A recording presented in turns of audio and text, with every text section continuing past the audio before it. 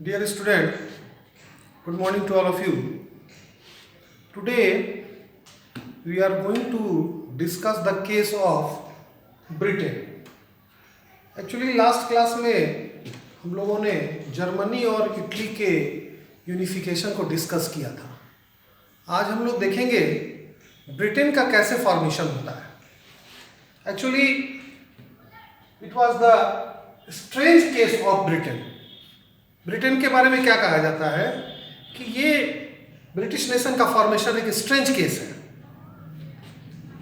Scholars argued, scholars क्या कहते हैं, Great Britain as a model of nation और नेशन स्टेट. स्कॉलर्स ने ग्रेट ब्रिटेन को नेशन या नेशन स्टेट का एक मॉडल माना है.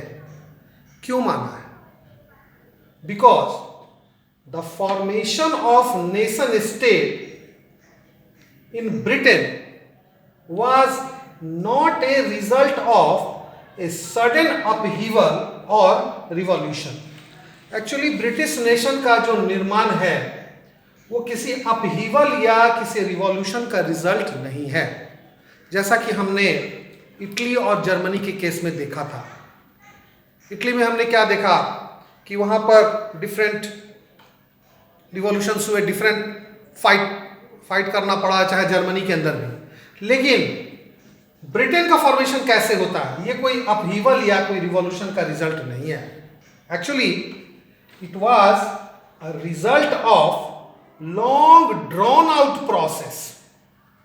ये एक लंबे प्रोसेस से ब्रिटेन का फॉर्मेशन हुआ है. No British nation till 18th century. 18th century तक ब्रिटिश नेशन नहीं था. ब्रिटेन नाम का कोई भी देश नहीं हुआ करता था. तो क्या था, उनकी आइडेंटिटी क्या थी? एक्चुअली अगर आप ब्रिटेन के नक्शा को देखेंगे तो एक आइलैंड कंट्री है, ठीक है, ब्रिटिश आइल्स है वो. उसमें अलग अलग एथनिक ग्रुप के लोग रहते थे. उनकी प्राइमरी आइडेंटिटी क्या थी? Their primary identities as English, Welsh, Scot और Irish. वहाँ के रहने वाले, उस ब्रिटिश आइल्स के लोग जो रहने वाले थे वो या तो इंग्लिश थे या वेल्श थे, स्कॉट थे या फिर आयरिश थे. ठीक है. तो क्या होता है, gradually English nation steadily grew in the wealth, power and importance. ये जितने ब्रिटिश आइल्स के जो प्राइमरी आइडेंटिटी के लोग थे, इसमें जो इंग्लिश नेशन था वो gradually due to industrialisation wealth, power और इंपॉर्टेंस में वो ग्रेजुअली इंक्रीज कर रहा था, ग्रो कर रहा था. तो इसका रिजल्ट क्या होता है? इसका रिजल्ट यही हम देखेंगे कि वो अपना इन्फ्लुएंस अदर जैसे वेल्स हैं, स्कॉट हैं, आयरिश हैं, उनके ऊपर अपना वो इन्फ्लुएंस डालने लगा. इधर देखिए, the English parliament who seize the power of monarchy in 1688. 1688 में क्या हुआ था? इंग्लैंड के अंदर एक रिवॉल्यूशन हुआ था, that was known as Glorious Revolution. इसका रिजल्ट क्या था? इसका रिजल्ट था कि सॉवरेनिटी का ट्रांसफर इसमें हुआ था from absolute monarchy to constitutional monarchy. इसी ग्लोरियस रिवॉल्यूशन ने ये एक बात को एस्टैब्लिश किया था कि अब मोनार्क के पावर को कॉन्स्टिट्यूशन के माध्यम से चेक किया जाएगा. ठीक है. तो वही कहता है कि वो इंग्लिश पार्लियामेंट का फॉर्मेशन हुआ था जिसने मोनार्की के पावर को सीज किया था 1688 में, became instrumental for the formation of nation state. ने ब्रिटेन को एज ए नेशन स्टेट बनाने में यही इंस्ट्रूमेंटल हुआ, with England as its centre. और इसका मकसद क्या था? इंग्लैंड को सेंटर बनाना ब्रिटिश नेशन का. ठीक है. चूंकि वेल्थ, पावर, इंपॉर्टेंस में ये ग्रो कर रहा था तो अपना इन्फ्लुएंस ग्रेजुअली वो दूसरे आइल्स पर वो डाल रहा था. तो इसी पार्लियामेंट ने क्या किया? It passed an act called act of union in 1707। 1707 में एक कानून को इस पार्लियामेंट ने पास किया जिसका नाम क्या था?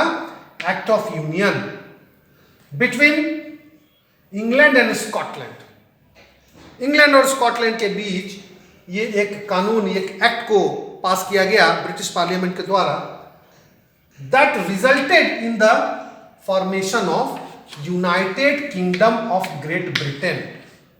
तो यहीं पर इसी एक्ट के माध्यम से जब इंग्लैंड और स्कॉटलैंड आपस में मिल गए, एक्चुअली इंग्लैंड में स्कॉटलैंड मर्ज कर गया, ठीक है, क्योंकि पावर वेल्थ इंपॉर्टेंस में ये बड़ा था, इसने अपना इन्फ्लुएंस इस पर डाला और इस कानून के माध्यम से स्कॉटलैंड इंग्लैंड में मर्ज कर गया।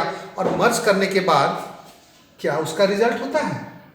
Formation of United Kingdom of Great Britain, ठीक है, जिसको हम लोग नॉर्मली यूके या यूनाइटेड किंगडम के नाम से भी जानते हैं, कभी कभी ब्रिटेन भी बोलते हैं। तो ब्रिटेन कहने का सेंस क्या है? इंग्लैंड, कभी बोलते हैं इंग्लैंड, कभी बोलते हैं ब्रिटेन। क्या सेंस है?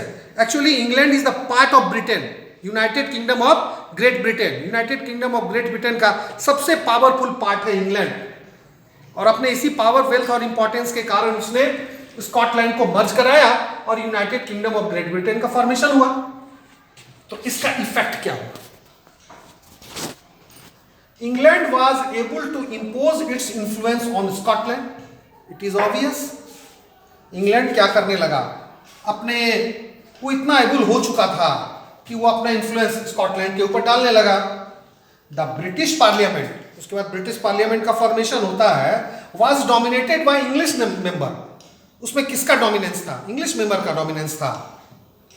The distinctive culture and political institutions of Scotland was systematically suppressed. Scotland की जो आइडेंटिटी थी, उसका जो कल्चर था, उसका जो पॉलिटिकल इंस्टीट्यूशन था, उसको सिस्टमेटिकली सप्रेस किया गया, खत्म कर दिया गया, ठीक है। कैथोलिक क्लेंस, कैथोलिक जाति जो थी वहां, इंग्लैंड एक्चुअली प्रोटेस्टेंट कंट्री है, ठीक है, तो कैथोलिक्स और प्रोटेस्टेंट के बीच एक हॉस्टिलिटी है, इसको सब जानते हैं। तो वहां के जो कैथोलिक क्लेंस थे, Catholic clans of Scotland had to suffer terrible repression. उनको टेरेबल रिप्रेशन, बड़ा भयानक दमन का सामना करना पड़ा, ठीक है।